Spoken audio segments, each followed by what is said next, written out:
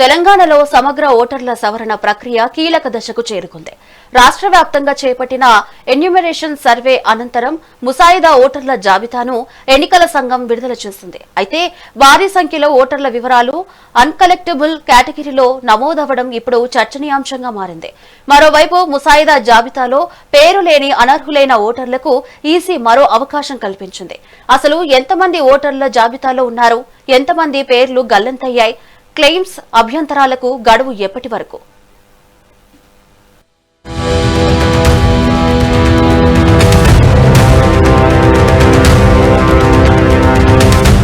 తెలంగాణలో సమగ్ర ఓటర్ల సవరణ ప్రక్రియకు సంబంధించిన కీలక పరిణామం. రాష్ట్ర వ్యాప్తంగా జూన్ 25న ప్రారంభమైన ఎన్యూమరేషన్ సర్వే క్షేత్రస్థాయిలో ఇంటింటి ఓటర్ల పరిశీలనతో కొనసాగుతోంది. ఓటర్ల వివరాలను పక్కాగా నమోదు చేసేందుకు అధికారులు విస్తృతంగా సర్వే నిర్వహిస్తున్నారు. అయితే పట్టణ ప్రాంతాల్లో ఓటర్లు వలసలు అన్కలెక్టబుల్ ఎంట్రీలు భారీగా నమోదయ్యాయి. దీంతో క్షేత్రస్థాయి పరిశీలన మరింత పగడ్బందీగా నిర్వహించేందుకు అధికారులు సర్వే గడువును పొడిగించారు. పౌరులకు తగినంత సమయం కల్పించడమే లక్ష్యంగా ఈ నిర్ణయం తీసుకున్నారు.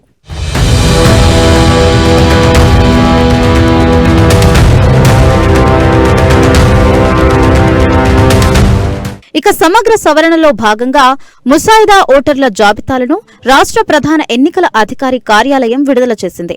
రాష్ట్ర వ్యాప్తంగా మొత్తం 3.38 కోట్ల మంది ఓటర్లు ఉండగా 2.64 కోట్లకు పైగా మంది ఎన్యూమరేషన్ ఫారాలను సమర్పించారు. దీంతో ముసాయిదా జాబితాలో తమ స్థానాన్ని సుస్థిరం చేసుకున్నారు.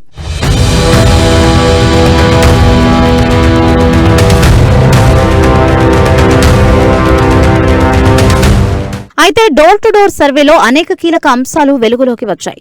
దాదాపు 73.39 లక్షల ఎంట్రీలు అంటే సుమారు 21.7% ఓటర్ల వివరాలు అన్కలెక్టబుల్ కేటగిరీలో నమోదయ్యాయి. శాశ్వతంగా నివాసం మార్చిన వారు, డబుల్ ఎంట్రీలు, మరణించిన వ్యక్తుల పేర్లు తదితర వివరాలను అధికారులు గుర్తించారు. ఈ ప్రభావం ప్రధానంగా పట్టణ ప్రాంతాల్లోనే ఎక్కువగా కనిపించింది. ముఖ్యంగా గ్రేటర్ హైదరాబాద్ తో పాటు రంగారెడ్డి, మేడ్చల్, మల్కాజ్గిరి జిల్లాల్లో అన్ట్రేసబుల్ వలస ఓటర్ల సంఖ్య గణనీయంగా నమోదైనట్లుగా అధికారులు తెలుపుతున్నారు.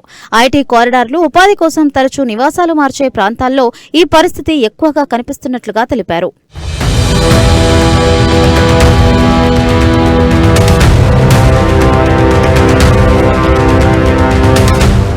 మరోవైపు ఓటర్ల సంఖ్యలో మార్పులు, కొత్త నివాసాల ప్రాంతాల విస్తరణను దృష్టిలో పెట్టుకుని ఎన్నికల సంఘం పోలింగ్ కేంద్రాల హేతుబద్దీకరణ చేపట్టింది.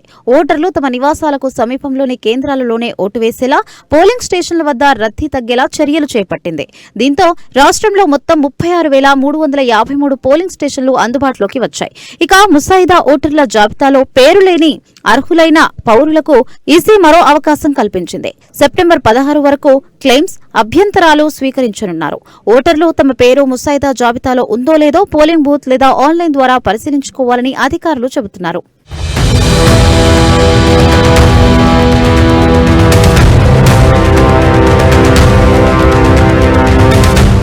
ముసాయిదా జాబితాలో పేరు లేకపోయినా అర్హత ఉన్నవారు ఆందోళన చెందాల్సిన పనిలేదని అధికారులు స్పష్టం చేస్తున్నారు. తగిన ధృవీకరణ పత్రాలతో సెప్టెంబర్ 16 లోపు దరఖాస్తు చేసుకోవాలని సూచిస్తున్నారు. వచ్చిన క్లెయిమ్స్, అభ్యంతరాలపై క్షేత్రస్థాయి విచారణ పూర్తి చేసిన అనంతరం అక్టోబర్ 19న తుది ఓటర్ల జాబితాను అధికారికంగా ప్రకటించనున్నారు. ఈ నేపథ్యంలోనే రాష్ట్ర ఎన్నికల సంఘం అధికారి సుదర్శన్ సర్ ప్రక్రియపై రియాక్ట్ అయ్యారు. అర్హత ఉన్న ప్రతి ఒక్కరికి ఓటు హక్కు కల్పించడమే ఎన్నికల సంఘం ప్రధాన ఉద్దేశమని అన్నారు. ముసాయిదా జాబితాలో పేరు లేని అర్హులైన ఓటర్లు ఆందోళన చెందాల్సిన అవసరం లేదని చెప్పారు. 2 crore 64 lakhs are in the draft roll and around 73 lakhs are in the ASD list. Absent, shifted, dead and migrated list. There are around 73 lakhs not.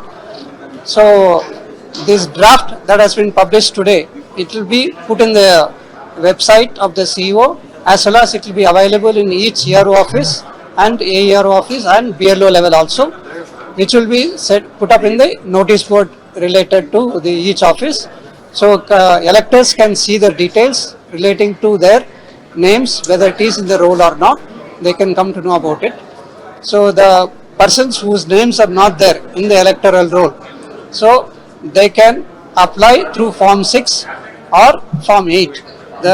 They can apply and then get themselves enrolled, and people who still have objections relating to their names being present in some of the polling stations, or a person has got objections over any voter in the present electoral roll, they can file Form 7 also.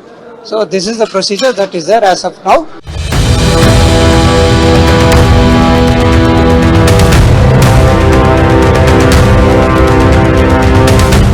అందుకే ఓటర్లు alert. మీ పేరు ముసాయిదా ఓటర్ల జాబితాలో ఉందో లేదో వెంటనే check చేసుకోండి. పేరు లేకపోయినా, వివరాల్లో ఏవైనా తప్పులు ఉన్నా సెప్టెంబర్ 16 లోపు క్లెయిమ్ లేదా అభ్యంతరం దాఖలు చేసుకోండి. మీ ఓటు మీ హక్కు. ప్రజాస్వామ్యంలో మీ భాగస్వామ్యాన్ని నిర్ధారించుకునేందుకు ఈ అవకాశాన్ని సద్వినియోగం చేసుకోండి.